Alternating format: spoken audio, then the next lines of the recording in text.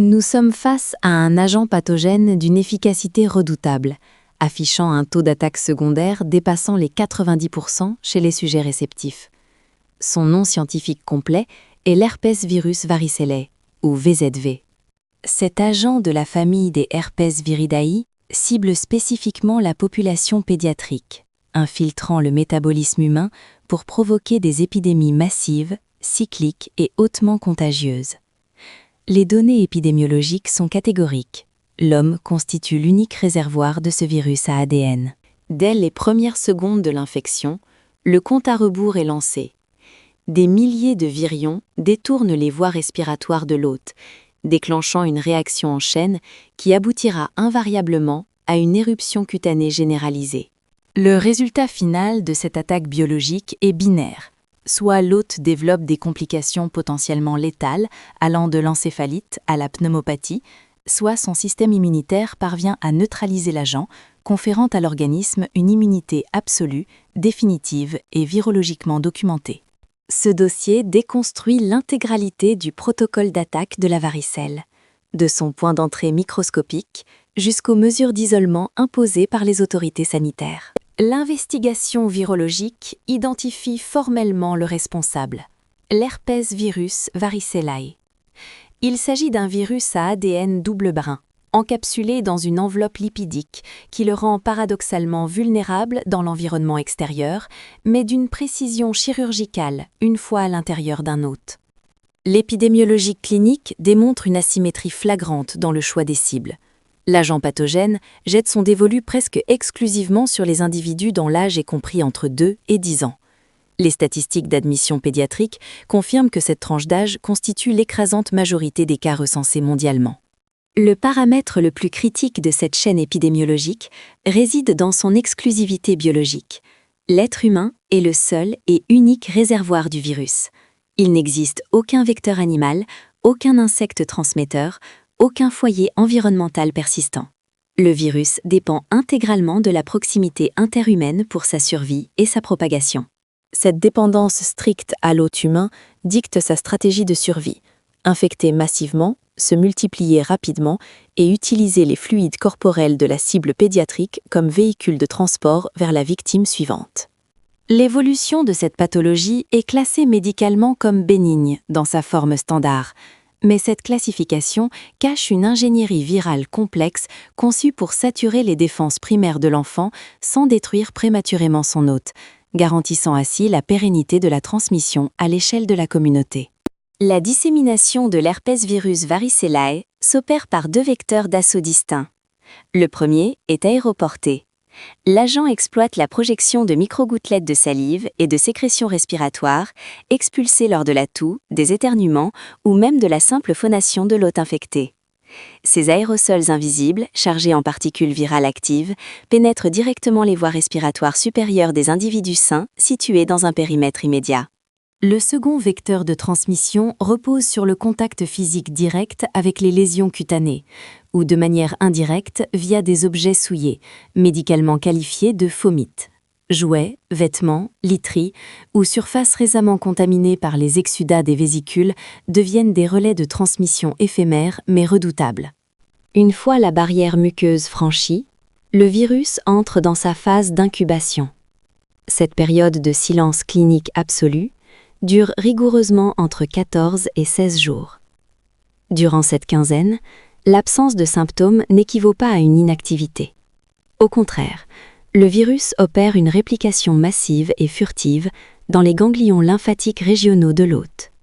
À l'insu du système immunitaire, il déclenche une virémie primaire, diffusant ses copies virales dans le système réticulo-endothélial, foie, rate, avant de lancer une virémie secondaire. C'est cette seconde vague, massive et systémique, qui transporte l'agent pathogène par voie sanguine directement vers sa cible finale, l'épiderme. Le porteur, totalement asymptomatique durant ces 14 à 16 jours, est déjà devenu une bombe biologique à retardement, contaminant son entourage dans les 48 heures précédant l'apparition des premiers signes visibles. L'invasion clinique devient mesurable au terme de l'incubation. Cette phase prodromique est fulgurante, ne durant que 24 heures. Elle marque le moment précis où le système immunitaire de l'hôte prend enfin conscience de l'ampleur de l'infiltration systémique. L'organisme réagit en déclenchant une réponse thermique immédiate. La température corporelle s'élève brusquement à 38 degrés Celsius. Cette hyperthermie modérée est le marqueur physiologique de l'activation des macrophages et de la libération de cytokines inflammatoires, luttant contre la virémie sanguine en cours. Parallèlement à la fièvre, les dossiers cliniques font systématiquement état d'un malaise généralisé. Le patient pédiatrique présente une asthénie, fatigue extrême, une perte d'appétit et des céphalées discrètes. Cependant, la subtilité de cette phase d'invasion est l'un des atouts majeurs du virus. Les symptômes initiaux sont si génériques et si peu intenses que cette fenêtre de 24 heures passe très fréquemment inaperçue aux yeux des parents et des professionnels de santé de première ligne. Cette confusion diagnostique momentanée offre au virus le temps nécessaire pour finaliser son déploiement à la surface de l'intégralité du revêtement cutané, préparant le terrain pour la manifestation clinique la plus emblématique et la plus visuelle de la pathologie. La phase d'état est définie par une éruption cutanée dont la chronologie et la morphologie répondent à des règles strictes. L'évolution des lésions se déroule par poussées successives. Dans les toutes premières heures de l'éruption, le derme présente des macules, des taches rosées, planes, de forme arrondie et aux contours extrêmement bien limités. L'analyse histologique de ces zones révèle l'accumulation focale de cellules inflammatoires autour des capillaires dilatés. Dans les heures qui suivent, la lésion s'élève. Ces macules se transforment en vésicules hypertendues d'environ 1 mm de diamètre. L'observation clinique décrit ces vésicules comme contenant un liquide parfaitement clair, reposant sur une base érythémateuse. Ce liquide n'est pas stérile, il constitue une suspension virale pure, concentrant des millions de virions hautement infectieux. Le protocole de cicatrisation s'amorce après 24 à 48 heures d'évolution vésiculaire. Le liquide se trouble, le toit de la vésicule s'affaisse et se dessèche, formant des croûtes brunâtres. Ces structures kératinisées et nécrotiques tombent naturellement au bout de 8 à 10 jours. En l'absence de traumatisme mécanique, elles ne laissent aucune trace.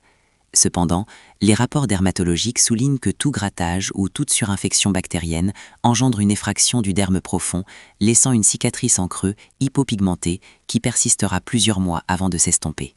La topographie de cette attaque est tout aussi codifiée. La totalité du revêtement cutané est susceptible d'être compromise, mais l'analyse spatiale des lésions démontre une prédominance centripète majeure. Les éléments éruptifs se concentrent massivement sur la face, le tronc et, caractéristique diagnostique clé, sur le cuir chevelu. Le virus ne respecte pas non plus les épithéliums internes. Les examens cliniques révèlent fréquemment la présence de lésions ulcéreuses douloureuses au niveau des muqueuses buccales, pharyngées et génitales. La résolution naturelle du tableau clinique, actant la guérison virologique et la fin de l'éruption, est statuée au terme de 10 jours d'évolution. L'investigation médicale prend une tournure critique lorsque la maladie dévie de son évolution bénigne. Le dossier des complications révèle 5 scénarios pathologiques majeurs. Le premier, et le plus fréquent sur le terrain, est la surinfection bactérienne. Le prurite intense pousse le patient au grattage, ouvrant la porte à des agents opportunistes tels que le staphylocoque doré ou le streptocoque du groupe A, transformant les lésions virales en impétigo ou en dermo-hypodermite sévère.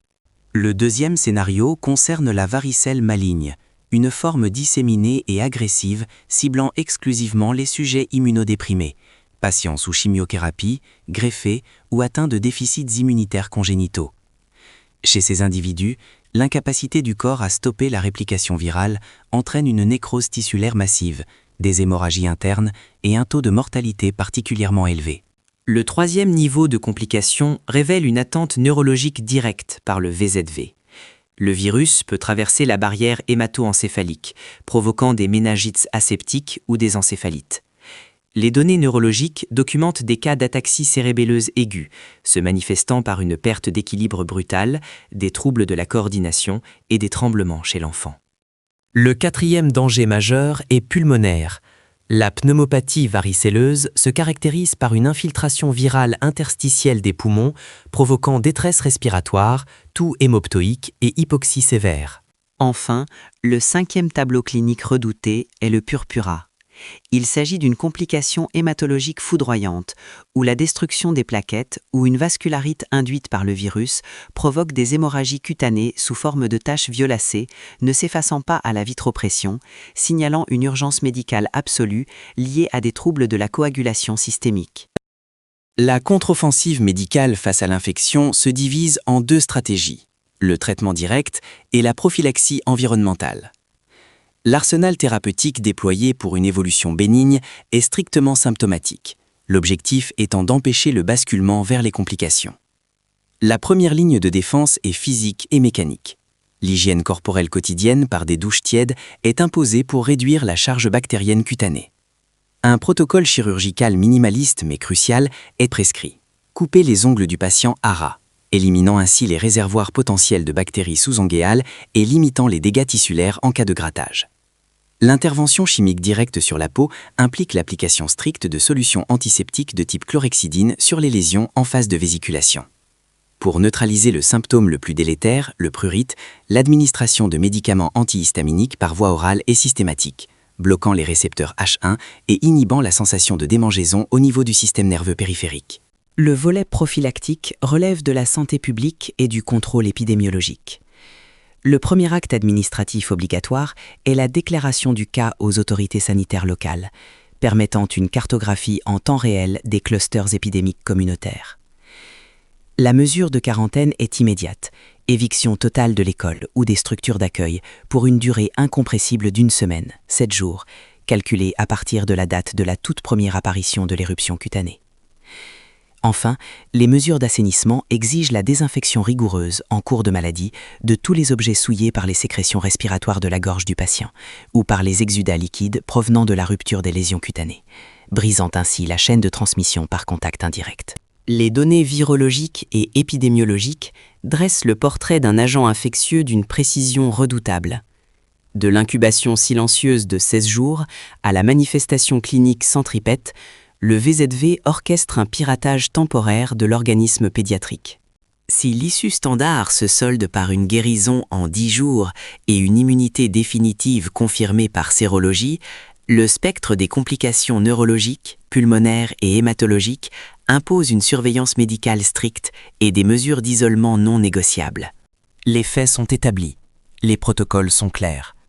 L'épidémie suit son cours cyclique, alimenté par la densité démographique et la contagiosité extrême du virus. Le dossier reste ouvert. Partagez ces données cliniques avec votre réseau et abonnez-vous pour accéder à nos prochaines investigations sur les agents infectieux qui ciblent les populations vulnérables.